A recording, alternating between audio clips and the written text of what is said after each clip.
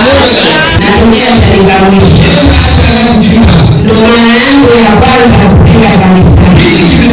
Yaani nina miaka 10 na mume wangu mguu unaoza. Yaani chanzo tu tulipoingia kwenye nyumba yetu, sisi tulikuwa tunakaa kama tusielewa. Tulipohamia kwenye nyumba yetu tukapigwa kwa tulikuwa tunapanga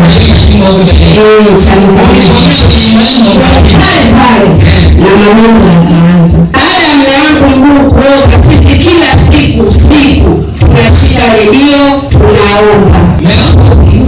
Mguu mume wangu unaoza na akashatembea kwa waganga, tumeshatembea kwenye makanisa, na hadi juzi namwambia mume wangu, mimi sitokwenda kwa nabii yoyote, lazima namtaka nabii huyu. Ni wewe nabii.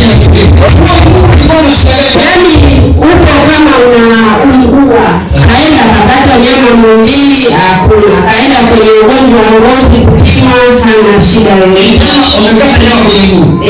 Wakaenda siku 14 hamna kitu chochote.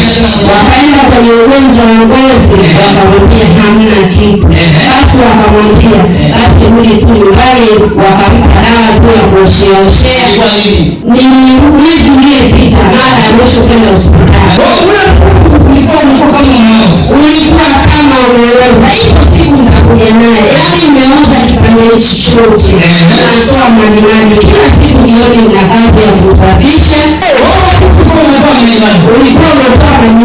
Yaani hata akivaa suruali inalala.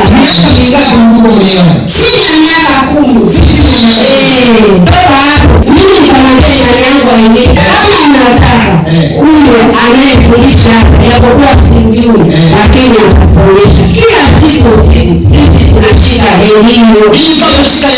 Redio tu.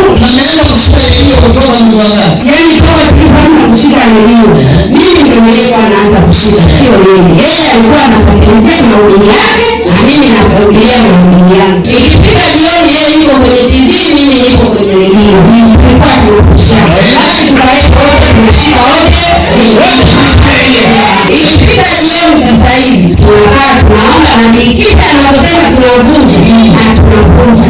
Anaposema tunafanya hivi na sisi tunakabilizia vile. Nashukuru Mungu jamani, kwa kweli. Madhabahu hii inatenda. Nilikuwa sijui nabii kule. Lakini kupitia redio mimi ndio nimejua. Na hadi hivi ninaposema mume wangu mguu unaendelea vizuri na amepona.